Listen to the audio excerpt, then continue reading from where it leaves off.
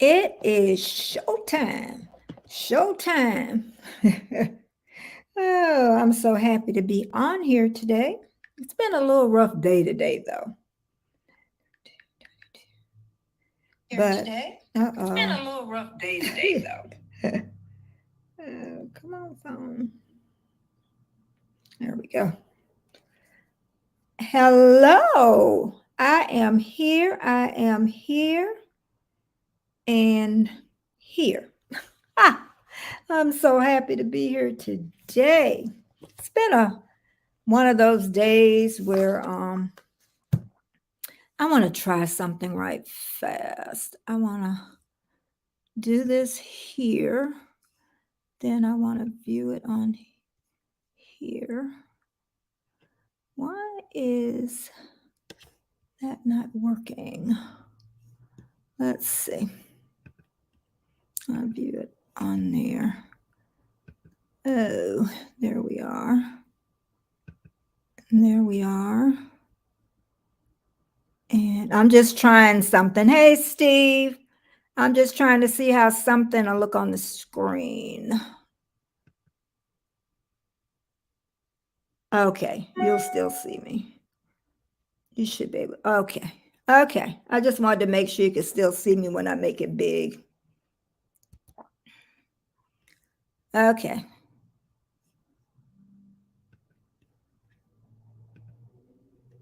Oh, hey, crafty Leo. Yeah, honey, I'm gonna be a grandmama to a baby girl in a little bit. I'm gonna be a grandma to a healthy baby. That's what we gonna have. I be teasing about the little girl, but honey, we can dress up little boys. We just can't put the little bows in their head, crafty Leo.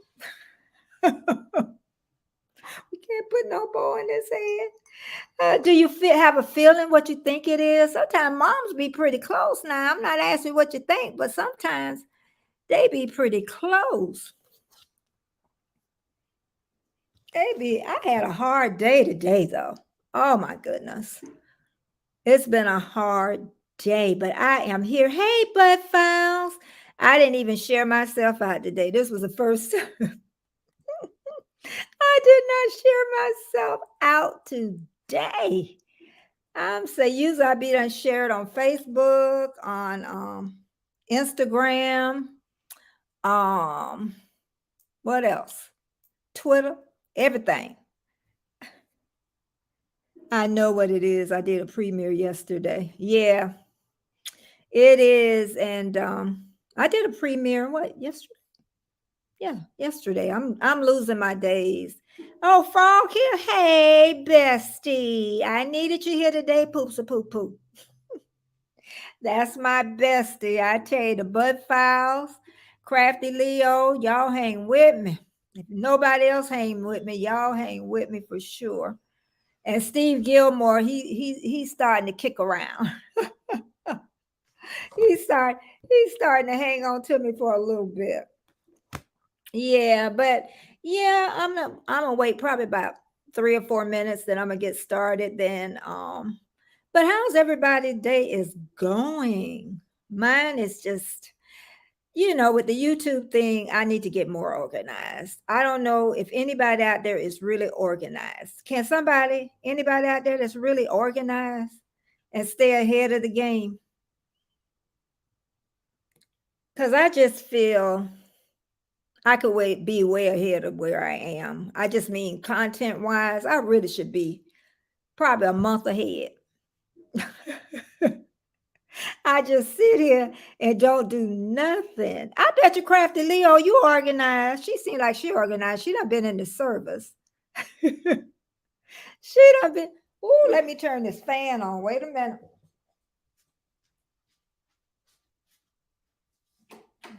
Girl, let the fan go. Mm.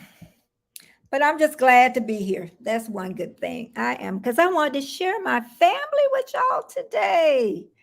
I cannot wait. My great grandma, my grandma, and I tell you, everybody you get to see today. I'm just happy about that, really. I think this is the best one for me, to share your family, your old family. Oh, Crafty Leo, don't say that. Steve Gilmore, are you organized?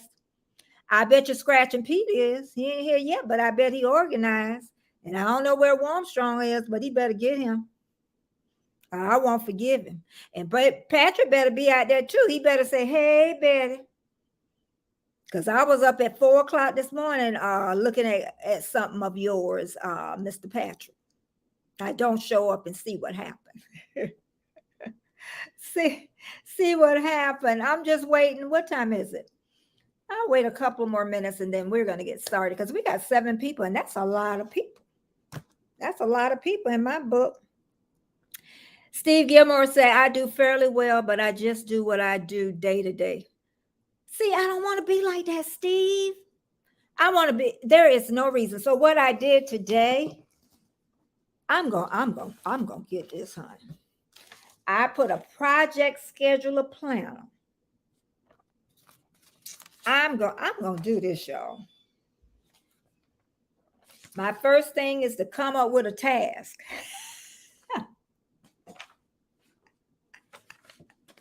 Come up with a task and to make clips. I'm gonna do this. Just think, if you, and I always talk about this. Now, say if one of your videos took off, Crafty Leo or Eerie Frog or Steve, what do y'all think will happen if you're not organized? Think about it. If you go to the next level, okay, say you wake up one morning, you got 1,000 more subscribers, and you're not organized. You're not going to be no more organized than what you are now. Okay. We have to remember somebody, I'm telling you, somebody that we know are going to go big with this. Watch. We're going to say, we knew them when. Oh, but I'm going to go ahead and get started. Yes, I'm going to call you too, Eerie Frog. You going live, Eerie Frog? You probably need to go live. Hey, Jamie, honey, work on. We was just talking about that. Now, Jamie, she worked. Yep. Yeah, Jamie, he done traded us in on a new model, girl. I got to tell you about that. I got to tell you about that. Armstrong done traded us in, girl. I hadn't talked to you for some days. But anyway, let me get back serious. Thanks so much for everybody coming back and, going through my life story. And today we're going to end this with talking about my family. And I'll go back a little bit over my growing up. And then, but you know what? I really don't remember that much when I turned 18. I tried it. Now I want to talk about my 20s. I tell everybody I made so many mistakes in my 20s. But yeah, I really thought about that, about how did I feel when I turned about 18 years old. Probably I knew I was thought of as less than somebody white. Yeah, I know at that point I knew I was considered less than, unless I was educated, or this is going to sound awful, unless I was very light skinned, long hair. You still was less than, but you got in the front of the line. Okay. But I knew I was less than. I knew I was always watched when I went in the store. That's a bad feeling. I still have that feeling to this day. You're always thinking somebody thinking you're going to take something. Always. And that just, I don't even know where that came from. I can't remember my mom having a talk. Hey, D, having a talk about that or not. But I'm gonna briefly, before we get to my family, I'm gonna briefly go over I keep turning this thing around. I'm gonna briefly go over where I started at. Was I was born in 1955 and in a segregated society. And like I say, some people ask me, how do I feel? Hey, Scratching Pete, how did I feel? And I always say that it was normal because I was born into segregation. So I mean, as a child, um, it's normal. You know, all you want is a roof over your head. You want to play, some food, and go to sleep and wake back up and start the next day. Um, we really never talked about, okay, I need to back up. Then we were in generational living, okay, where my grandma, granddad, me, my sister, my mom, my my aunt, my and her two kids. So we had a whole bunch of people in that big two-story house and a fish market on the side. And then there was another house right in behind where my uncle and his family stayed. Okay. So it was generational living until my mom husband died on the electric pole, and she ended up suing the electric company, and then we moved out on our own. And I still had to be fairly young when she did this. So that ended the generational living. Okay. But hey, Warm Strong, I done talked about you. And then okay. So then I would say neighbors were very close. They did watch out, you know, for each other's kids. Um, but there wasn't much difference. I tell people there were still pedophiles, maybe not as bad because we didn't have internet to tell us about it. There were still gay people. They didn't call them pleasant names. I can remember that very well. What they used to call them. I've seen, like, we were poor, and I said when you're poor, you just, that's the norm. But I knew people had less than me. I could remember this lady's name was Miss Turner, and she must have had about 5 or 6 children. And I could remember her cutting up a fish, and it was like full of worms. I never forget that as a child. And she was scraping them out. And at that time too, they would give us medicine for worms because kids used to get worms a lot. And they would put turpentine, a little sugar, and then they would heat it up in the spoon. I don't know why they would heat it up, but that stuff worked though. That stuff they come up with. And I'm trying to think what else during that time. Then I talked about segregation. I didn't I went to elementary, junior high, and what? By the time I got in 10th grade, then that's when segregation began. Okay. And I want to still say I had my two favorite teachers. My African American teacher was Miss Isaac. She taught English. And my Caucasian teacher, she, Miss Ruhala, a little short little thing. She about that tall, y'all. And she was taller than that. And her daughter, Leslie. That's what her daughter's name was, Leslie. And she really was a great English teacher. She really was. And I got a lot of strength in my skills from my mom.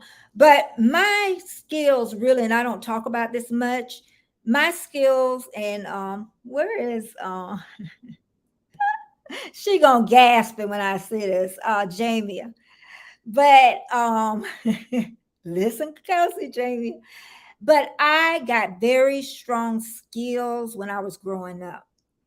I'm not nervous to talk in front of a crowd. Maybe that's where all the personality came from. I could write an outline. I could speak in public. And that came from, I was raised as a Jehovah's Witness. So I was that until probably early 20s. But I'm going to tell you, that gave me the strength for, it gave me a great foundation. And my sister, my brother, my children, all of them have that strong foundation from that part of me. And I will never forget that. But that's where all this comes from. Just. But I'm no longer a witness, but I just like to tell people sometimes that that is where my strength comes from. Um, we can speak in front of a million people, and it wouldn't bother us because we did it. We didn't do it, but we were so trained to it that we could do it. And we read a lot. We read a lot, but that's where that strength comes from.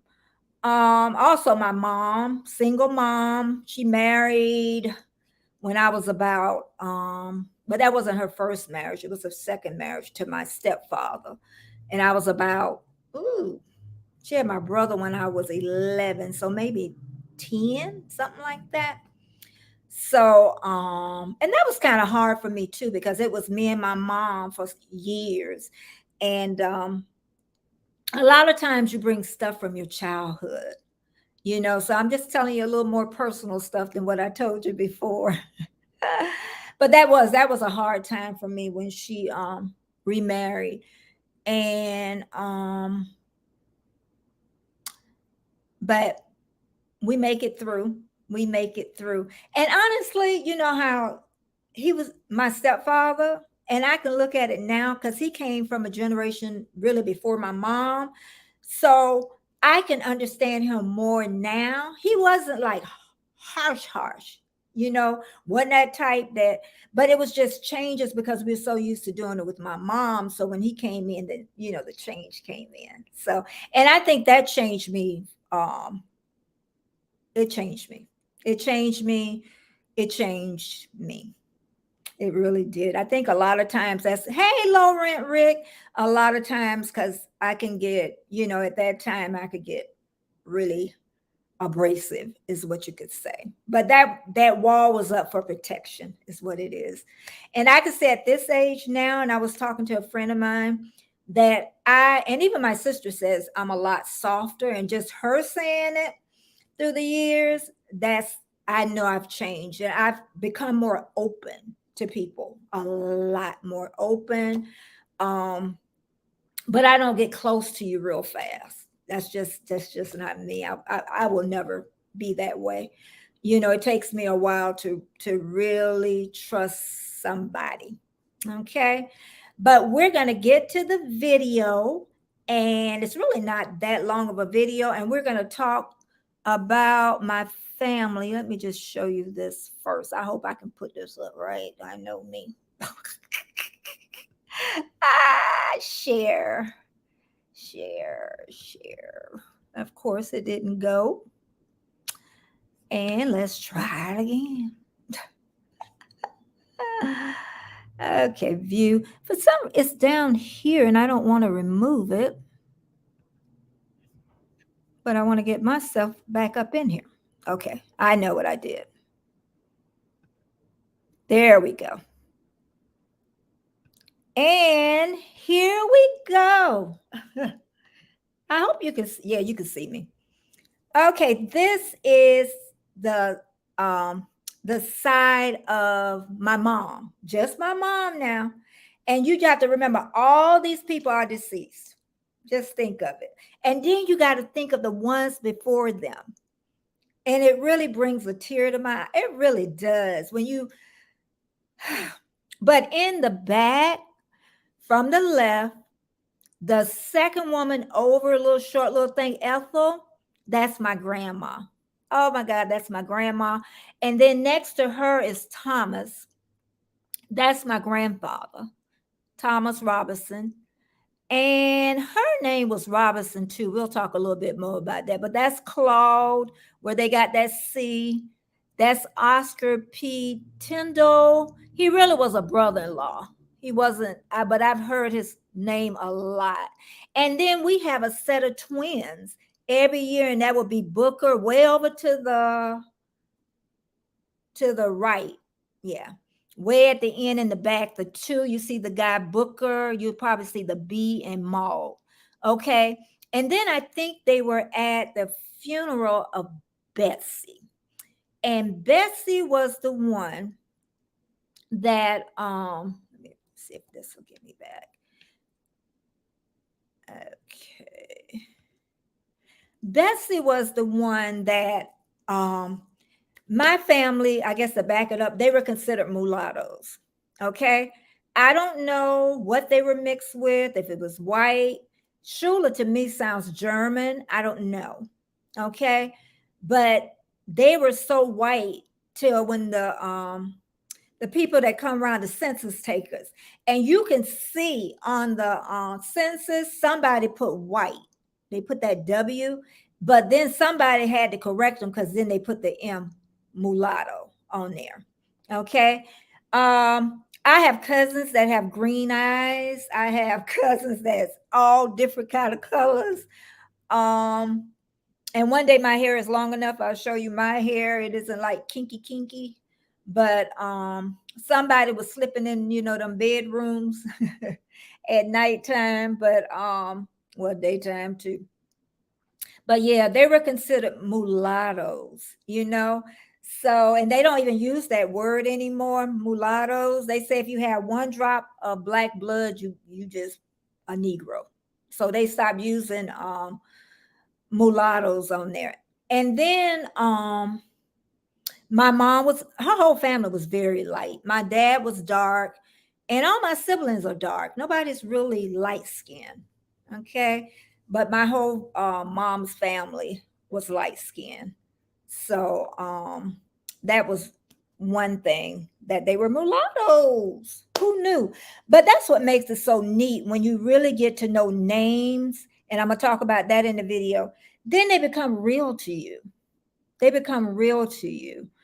I think I shed a few tears because I didn't see that picture. My brother ended up, because I was digging and digging for years, and my brother ended up sending that to me. And believe me, you will cry because you feel part of it, even though they aren't there. It's still here. It's just weird how that works. I can give you an example, a good example. Um, my son, he raised three children as his own. Okay. One was my grandchild, but it was weird. It was just that feeling. It's just so different when it's not to love them any less, but that is yours. So yeah. But let me go ahead and start this video when it's like 4:37. And if anybody got any questions, let me see who came. Low rent Rick. Hi, how you doing? I'm so glad. And Warm Strong and Steve and Bud Files, if they're still here, and Erie Frog. Thank y'all so much for coming. Dee, if she's still here. And okay, we're going to go and we're going to, let's see. I got to go over here. I do this, I mess it up every time. Okay. Welcome back, cousins. I just wanted to start off this grand finale with my family from the past. And the picture that you're seeing is all of my family, the Schulers, Tenzel, Robinsons, and so many more. My grandma and my granddad is on the left side. In the back, my grandma is a little short woman back there, second from the left. And my grandfather, Thomas, is right next to her. And then way on the right side at the end is Maud and I'm trying Booker. They were my great grandma twins because twins run in my family really heavy. We don't miss a generation. They come every generation. But I just wanted to share this, and I just wish that I was there, but I am so grateful whoever took this picture. They just don't know. And that's what I'm saying, taking pictures from the past. Oh, but again, let's get on with this video, and I just wanted to share this picture with you. Hi, welcome back, cousins. Welcome back. I am so glad you came back. I am Betty J. Gathers, daughter of Jean Grey, and I am that little Negro girl that you've been following on the 4 last episodes. And I kind of wanted to sum that up because I really enjoyed making those episodes. I really did. And also for the new ones that have not been around, please subscribe, like, and share. But again, I'm going to get right back to it. I really enjoyed those 4 episodes talking about my life growing up as a little girl until I was 18. You don't want to know about my 20s. I don't want to. I do not want to share those those 20s. So you got from the time I was born up to 18. But that's just amazing. It has not been that long since segregation, Jim Crow. He's still around. He's a little old man now, but he's still hanging. But this is a time where people in your family that's older, you can start asking them, to show you old pictures, to tell you what they remember. It's so interesting in their lives. You can even retain their voices for years to come, for generations to come, if they allow you to. Because a lot of time, older, I'm going to still call them Negroes, still don't want to talk about that time in their lives because it triggers some sadness or something they had to hide or something they had to lie about and something that they have just suppressed, like I did, how I just glazed over it at first. My sister like, it didn't happen that way, girl. It didn't. You sugarcoated that, Betty. But I can always say I was always a nosy little girl. I was always the one that snuck around and listened to what adults said. I asked a lot of questions to my mom. Some she wouldn't answer, but some she did, thank goodness. And even my grandma Mary, oh my God, I forgot about that. This is my grandma Mary. Oh, I almost went to tears. Grandma, I miss you so much. She was the sweetest. And you know what? She wasn't even my biological, but she was my biological. She's the only grandma that I know. That's the best thing that my stepfather could have brought into my life was my grandma Mary. Oh, I know this picture's gonna bring tears to a lot of eyes. I miss you so much, Grandma. I miss you so much. We all do. I just used to sit there and she used to tell me about her growing up. She even told me, I bet you didn't know this, Lisa or Annette or Arthur, but she told me about her first period. Yes, she did. She said that she was babysitting some white children. She said they dressed all in white. And she said she woke up and everything was red. And she thought somebody shot her. So whoever she was babysitting for, she called and said, Miss So and so, somebody shot me. Somebody shot me. And she even told me about the times they used to work in the fields, when they used to put the sheets out there to pour hair lice out of their head. You can just learn so much from the older ones. And remember, once they are gone, all that's gone. All that information's gone that they have up here. And that's why I ask my children also, ask me questions. You want to know. You don't want me to be gone and all that information went with me. Also, there are Bibles that are legal documentation of births, of marriages, of deaths. And a lot of our families took those Bibles and they ripped them up because they'll find their birth date and they will rip the page out. Legal document, they just destroy it. And also, a lot of times, they put those Bibles away with all this information, and those Bibles are packed up in some attic somewhere, all that precious information. And my family didn't take a lot of pictures when I was little. I don't have any baby pictures. It is so sad. My oldest sister, thank goodness, was a blessing. She started taking pictures, and I probably had to be about 10 or 11 when she started taking pictures. But I'm so glad that she did it. And my brother and sister, they got little, pictures that's younger than me. So start taking a lot of pictures. Grandmas, I don't care if you're fat, thin, or you think you're ugly, are you too old and wrinkly, take those pictures. It's not for you. As I tell my friends, those pictures aren't for you. They're for your grandchildren, your great grandchildren, and all the family members to come. They want to be able to look at those pictures and remember, who you were. Because just hearing I never remember, my grandma died when I was 3, Grandma Ethel. So I don't really remember her. Only with what my mom told me.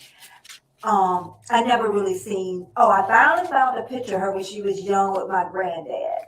I finally did recently. Here I'm like 60 something, and you just become such a part of it. And also, my great grandma, my great granddad, just said you dream of how they look. But I finally got to see a picture of them, and I just feel so attached. And here is my great grandma, Mary. Oh my goodness, I just cannot believe that this is her. I'm thinking she's like little, petite little lady. I'm gonna think that was my big bone self. I just cannot believe it. That was my grandma and my granddad. Here he is. Think he looks cute too with his bow tie. Oh my goodness, he's tall, he's thin. I don't know if I ever thought Shula looked like that. By his horsey, but it's just phenomenal. Phenomenal. To them, my great grandparents, it's like when we talk a little bit about slavery and people say we should just forget about those were our family members. That was my grandma, my cousins, my uncles. They were, and when I think about my grandma and my granddad, last name being Shula, that sounds German because they were mulattoes, they were mixed, and they were pretty white because on the what was that they used to take I'm saying survey, but that's not what it is. They still do it today. But when they wrote it out, my Aunt Bessie, our cousin Bessie, somebody had wrote white on there. And they must have told them they were a mulatto. So somebody changed it. And you can see it clearly. So, even with that, it's like I never met her, never saw her, but I feel a part of her. And I also have a picture of the majority of that family at a funeral. And you could just feel them. You could just feel that they're a part of you. So I'm not going to let anyone take that away from me. That they were my grandparents, they were my great grandparents, they were in slavery, some was free slaves.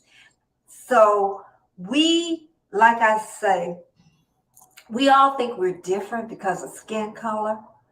No, we're more of the same. And I always say, take that DNA test.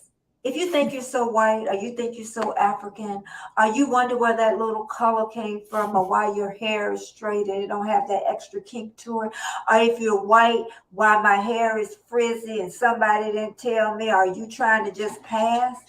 Because there are people that try to pass. But again, I just want you to look back in your past, write it down, share it. I would love to write a book about my life, not about my 20s, my 30s and 40s and 50s and 60s. But anyway, I'm going to end this. But again, I am so grateful that you looked at all my episodes 1 through 4. And I know a lot of you found them interesting. And again, I want to say thank you for watching. My heart goes out to you, and I'm so grateful that you keep coming back. And I am Betty J. Gathers, daughter of Jean Gray. You're gonna How did subscribe. I stop You're gonna like sharing? and you're gonna share. I like doing that. You're gonna subscribe, like, and share. And I will see you later. I can't say that. But we always, if they had a prom, it wasn't gonna be any. Oh, it's starting on the other thing. I'm sorry. I always mess up. Ah, but you know what? I was too looking at my birth certificate, and it don't have the weight on here. And you know what? This is another reason why you ask questions, because they had, my mom was born in West Palm Beach and she wasn't. Okay, she was born in South Carolina. And that's why I say a lot of stuff on these records are not accurate. And the reason a lot of it isn't accurate, because they'll just say something and not tell the truth. But I don't know if that was that or they just wrote it down as that. They have me as colored, female. They don't have the time of birth either, not the time of birth. And it's weird. They don't have, but yeah, a lot of the records can be wrong. So remember that. And that's why if you have a grandparent, I'm telling y'all, once they're gone, because I know with my husband, they haven't asked a lot of, hey, Carol, all fluff and stuff, welcome. Once it's gone, and I don't care if you're white, black, green, or purple, you need to do it now. And I tell my children to ask me a lot of questions. They don't. But once my little expiration date comes, that's it. But again, too, I want to talk about in our family, we have twins. Every generation. Some families, twins skip a nope. My great grandma had a set of twins. My grandma had a set of triplets. Two of them died, one lived. My auntie, my mom's sister, had two sets. They lived. She had two girls, and then she had a girl and a boy. And then my aunt's daughter, thank God they didn't come on my side. She had two sets, her daughter. And then her daughter had a set, but one died. So for some reason, my brother and me, because we're the only one of the four kids my mom had, we have not had twins. And I know it's no more babies for me because I'm too old and he there too. But yeah, it didn't skip a generation. Okay, so I was really scared about that. I talked a little bit about Jim Crow, him being alive. And I said Jim Crow never died.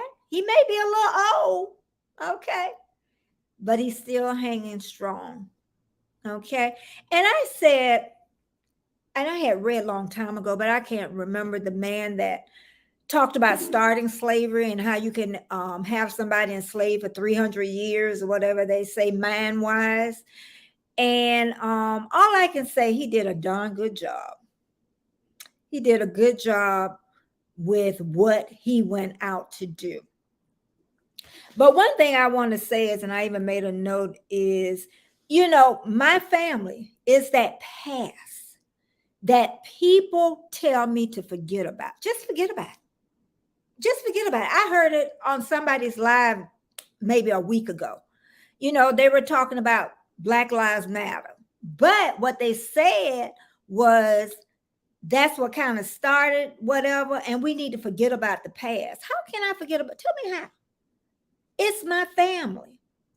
How they were brutalized, they were enslaved, they were raped, and even worse, chopped up, hung. And you telling me I need to forget about? That's my family. You talking about my great grandma Mary. You talking about my great granddaddy. Oh, let me get back to put a song. My great grandma Mary. I was thinking, you heard me in the video, I was thinking she was like this little thin little lady. I was like, she big bone. And then my grandpa, Shula, Thomas Shula. I don't, how you just picture somebody. I was thinking of, and maybe the color of the picture was, how they do. I'm thinking of, I don't know. He just didn't look the way I thought it was gonna look. Go figure. And but yeah, it's how you picture them. But once you get those names, you become attached. You become real attached. And I did research for lots of years. And I get back to the slave wall. And I'm gonna talk about that slave wall again. Once you hit that slave wall, the only way you're gonna find maybe beyond that 1860, you have to find the plantation. And even if you find the plantation, you're not going to find names. You'll find a number. That's all. That is all you're going to get is a number. So how do you find um a number and you don't have a name? So we can only go back so far. And does that hurt? Yeah, because I want to know. And it takes a while. It took me hours. I'm going to give you an example. I wanted to research this lady. She was white and she died in 60. I, in one day, afternoon, I could research her from the time she died all the way back when she was born in that same afternoon. Now, if I try to research my family, I got the days, months to even find a picture. And look how it's been years. This is the first time I've seen my grandparents. I used to ask my mom about them, but she said she never saw them. And maybe she didn't, you know. But, and like I say, I was that nosy little girl. But what gets me now is, hey, Elliot, what gets me now is, I think most than anything in my 67 years is how they're just trying to get rid of the whole past and how they don't want the kids to learn about the past. And even what I learned as a child, it so much wasn't true. Once you get out and read on your own, is what it is. And I like the part where I said about we are all the same. We're no different. I might have this little darker skin that you have, but you peel all that skin off. I know everybody heard you got the same thing underneath, the same thing under your clothes, boy, girl, it don't matter. I'm telling you, our bloods are so mixed up, y'all. Ain't nobody pure. Ain't nobody pure white. Ain't nobody pure black. We all mixed up. That's why I say take them DNA tests. You might be surprised. And like I said, I had white kids in my class, and her name, God, I shouldn't forget it, but her hair was more kickier than mine. So you never know. You never know what happened back in there. And people are going to lie. And if they can pass, they're going to pass. That's just the bottom line. If they think they can have a better life, that's what is going to, come of that. And like I said, until I graduated, I had to be 17. And I always try to think back to that part. And I talked about that at first when I came on, is what did I feel at that time? Because I didn't really feel the segregation part until we segregated in school. But I don't know if I felt less than. Even though I was less than and they treated me less than, I was a child. So I try not to think it as an adult mind. So I don't know. Like I said, I didn't even think about when we got segregated, where did all the black teachers go? I never thought about that. We had the white teachers and, that was it. Never was questioned. Where did they go? I don't know where they went. So that's what, a child just mind, you can't, go by that. But I did. By the time I was 18, I knew I was less than. I considered less than. Okay. And like I said, I'm going to say it again, if you were light skinned, if you had long hair, if you had a hair that they considered good, then you went to the front of the line. The next people that came was the educated people that went to college or they were a hairdresser, or they were a barber, or they were a preacher. Those were considered the upper echelon of African Americans. But definitely, again, I will say that when I was younger, it was a lot closer. Uh, they owned a lot of businesses, the Negroes, because we couldn't go, across the tracks at nighttime, or really in the daytime hardly either, unless you was going over there to clean up houses or work in the restaurant. But another thing too, and I didn't know my mom did. We stayed in Riviera Beach, Florida, so that was right out of West Palm Beach. But then you had Palm Beach, the expensive over the bridge, and people used to come in from the wintertime.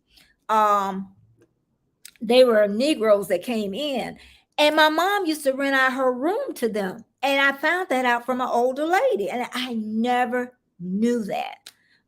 So because they couldn't stay in the in hotels, so they had to find somewhere to stay in order to work, in the hotels.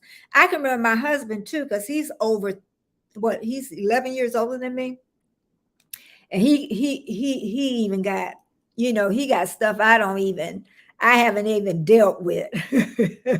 So but yeah, when I like I said, I cannot remember sitting in the back of a bus. I cannot remember sitting in the back of anything. I know by the time I got old enough as a teenager to go downtown, um I pretty much had freedom. You know what I mean? Freedom in an 18-year-old's eyes. But I still knew that they watched me. They thought I was going to steal, and that will stay me to the day I die. I would love for it to go away, but that will stay with me. And I still think, and I think most Black people, I would say for me, still think we have to work harder.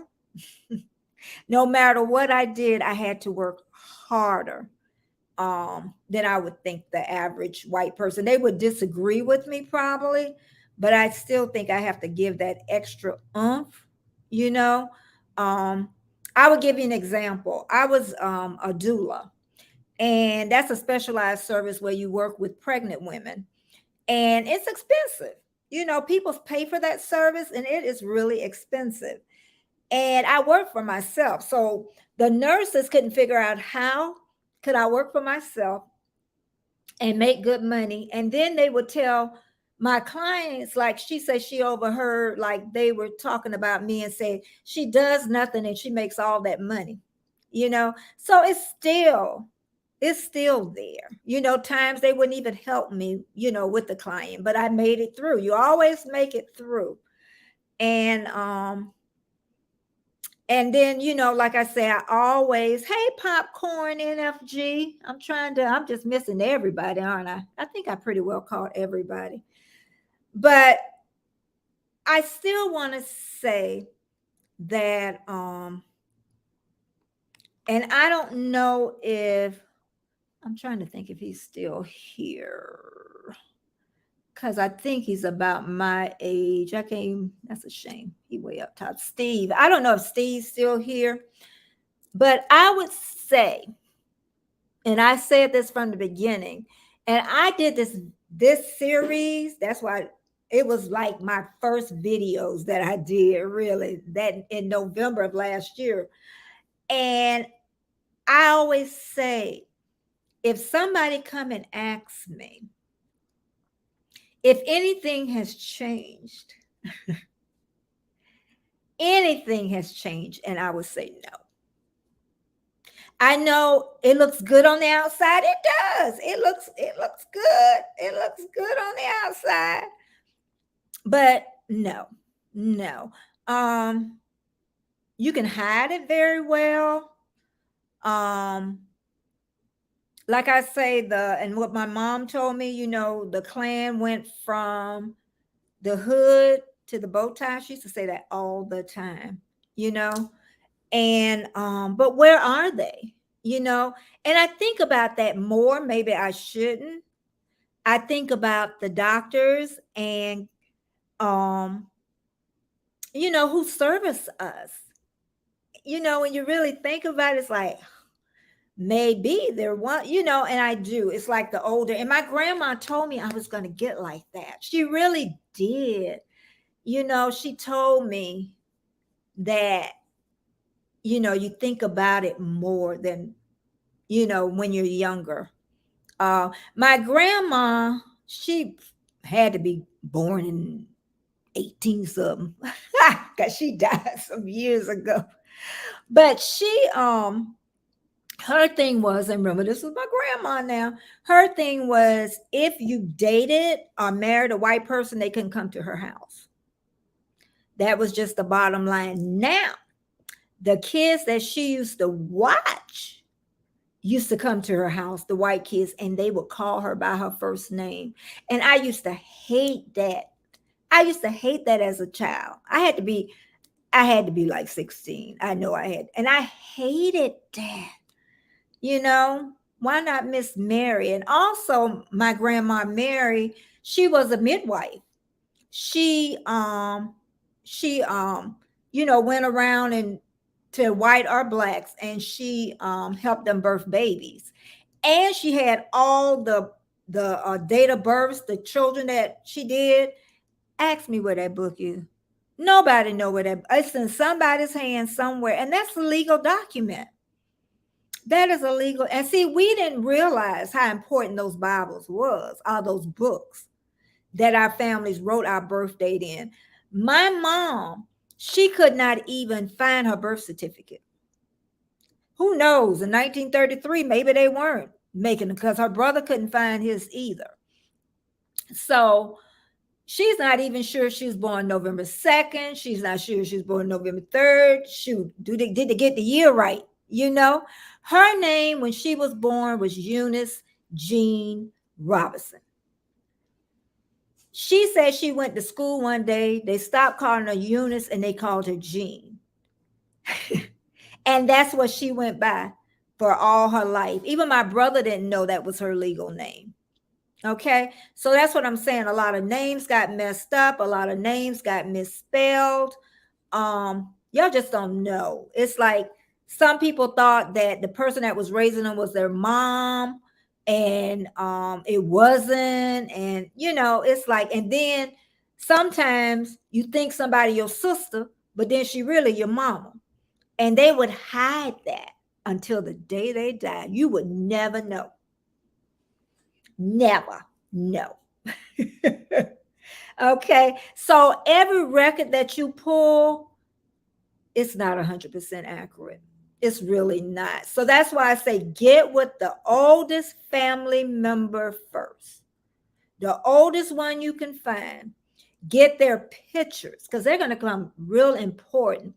And there's always one person in the family that's going to start researching. And now it's two in my family, and that's my brother. Thank you, Crafty Leo. And he researched, and that's where I found like the picture of my great grandma. And I searched, and that's the only one we could find. But I bet you somebody got another one somewhere. Okay. And my grandma Ethel, they had a picture. Somebody lost it. Okay. Not, I don't know where that picture is. Everybody goes. So those pictures are so important. I don't even have a picture when I was a baby.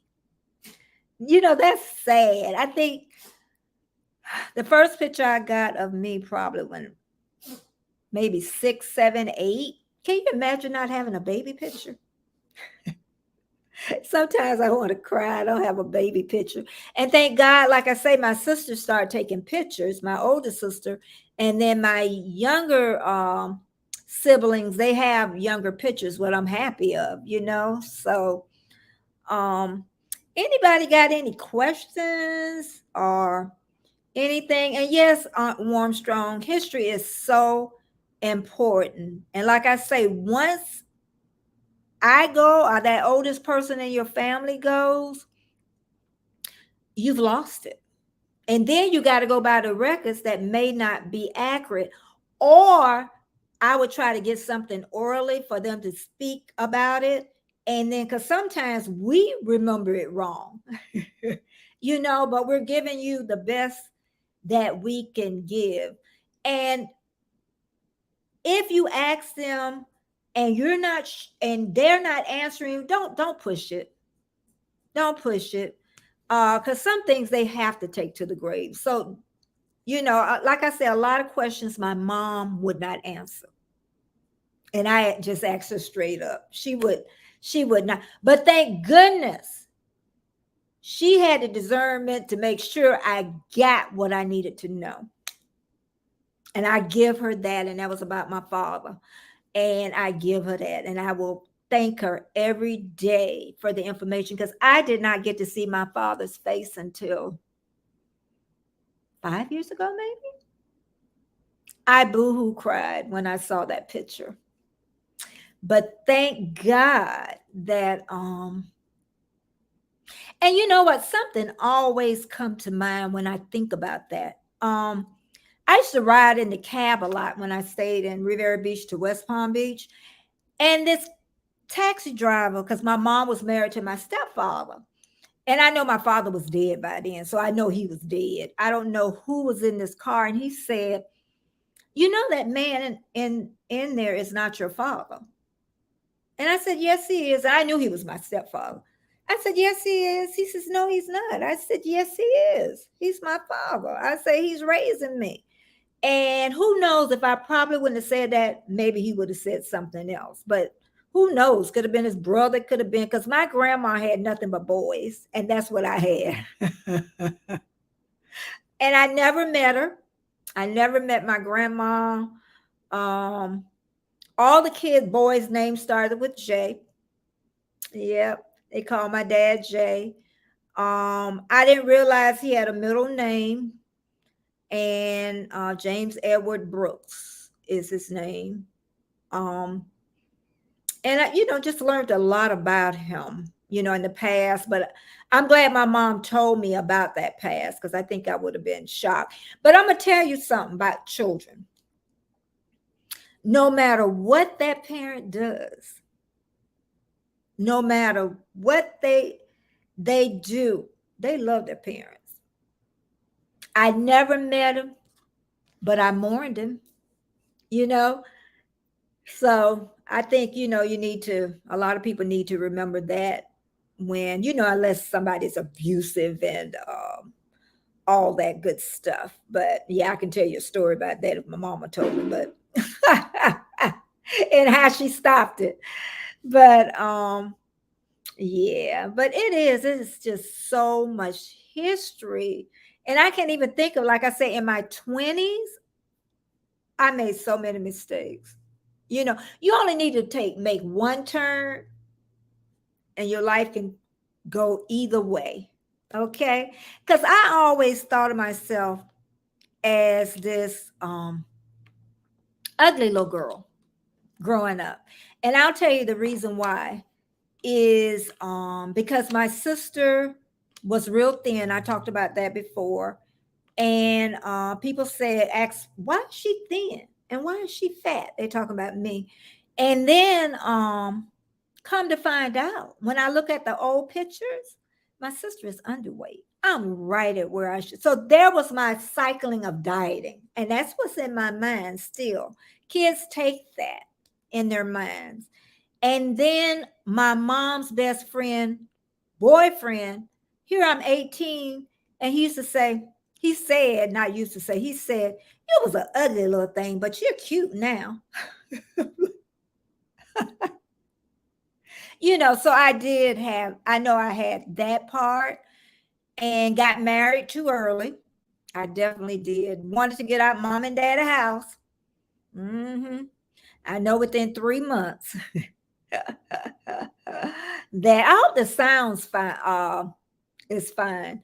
But yeah, the 20s are hard sometimes. I know some people make it through easy. It got more easier to me when I was about 35. I got some sense around 35. And I woke up and smelled the coffee. 27 probably. But yeah, it is. It's kids now, I don't know, they just seem lost. They seem so lost now. And not only African American kids, even white kids. They just seem so lost. Poor kids. I'm not going to even talk about the rich kids. And they're so smart. They these kids are smart, you know, and it's so sad. And sometimes even the kids that I live around, and I know sometimes they think I look down on them, but I don't. It's like they have no hope. They have no hope. Once they get that record and there's no parenting. You know, when my kids came along, even my boys said they're glad when I was right on top of them, you know. So that's when I left my job was a good thing when I started working from home because I could watch them closely.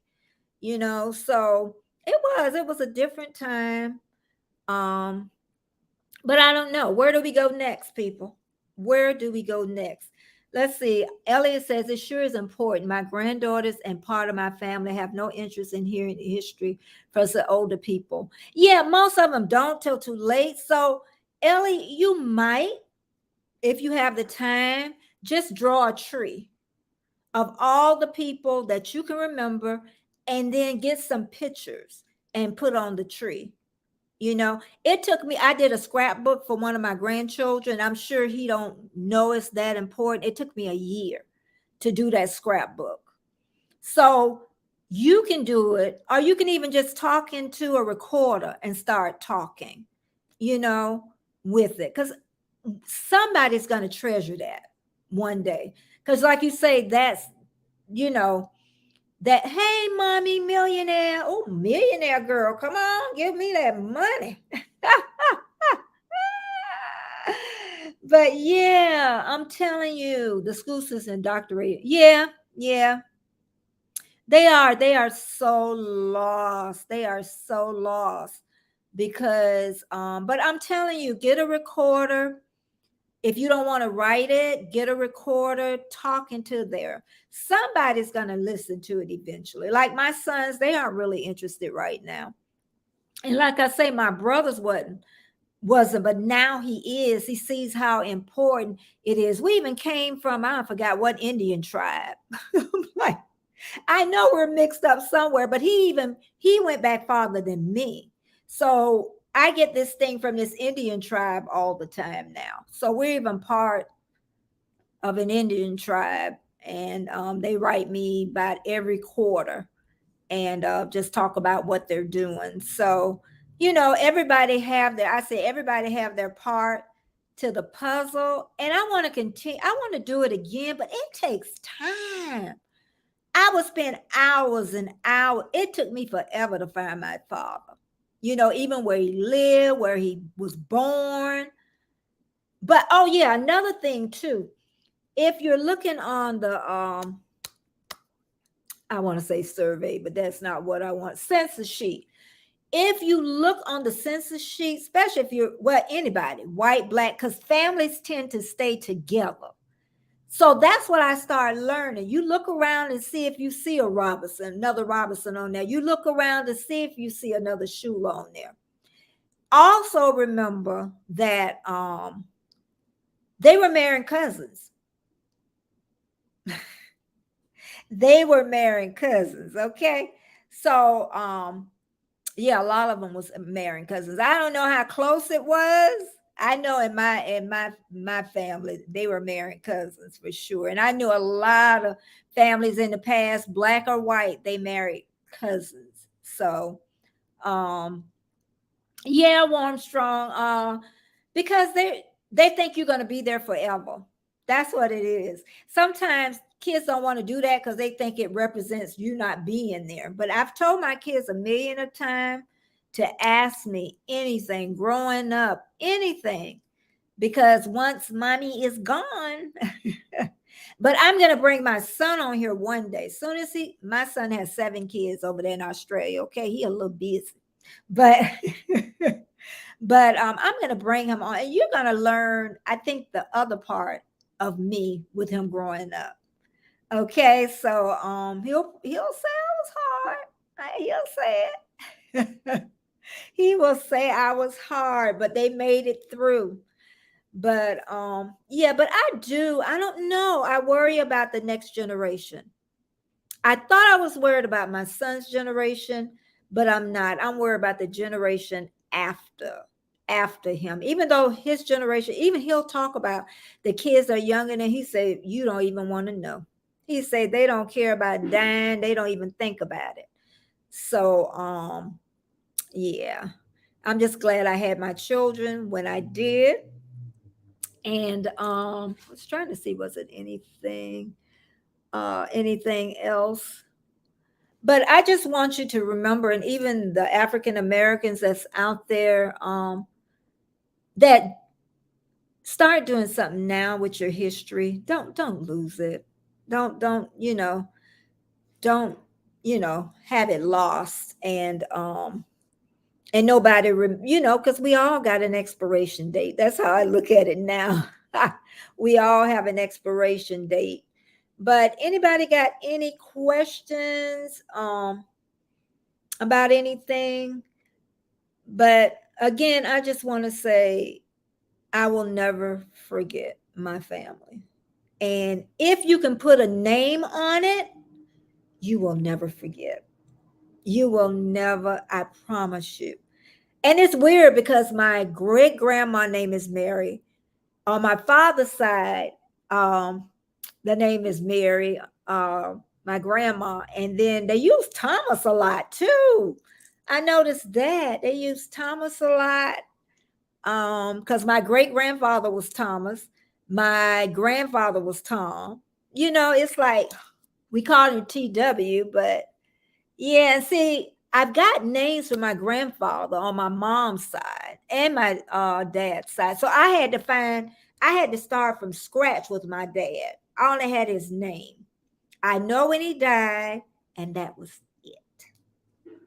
And it took me a while.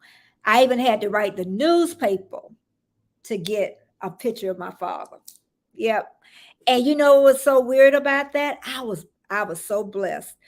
I sent them the information that I needed. I think I had to send money too. I know I did. And I got it back real fast. And I called the lady and I was crying. And she was like, I am so happy could really help you. She said, but let me tell you something. She said, I wasn't even supposed to work in this department. She said, if I was not here, it would have been a long time before you got this back. So she made sure she sent me extra stuff. So now I have that. And he looks like my baby son. It's just you could see him. So it brings to it hurts. It does. I mean, you're happy you found them. You happy you got the whole name, you got their date of birth. So that does help fulfill you though. It does. So even warm strong, if I don't know what if your granddaddy, great granddaddy, my sister, she always forget. She'll be on here in a minute.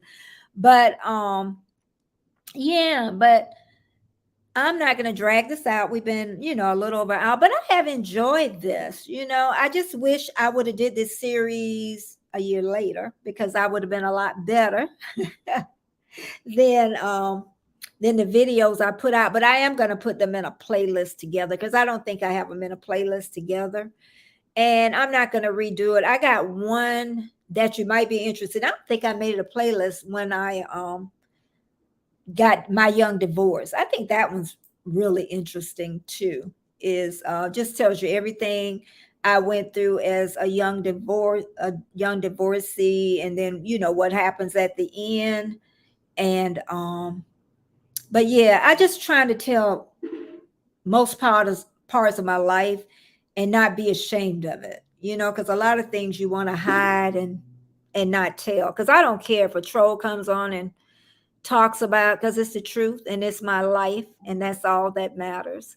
But okay, thank y'all so much. I'm glad y'all came by because I didn't share out anything. This has been a day. I'm not gonna say a day from heck, but it has been, a day just before I came on. And I just couldn't, share out like I know. But I got 13 people, and I thank each and every one of you for stopping by, hearing my story. And these are going to be my parting words. Jim Crow is alive, and he is not dead. Okay, bye bye, everybody, and we'll see you again next Tuesday. Bye bye.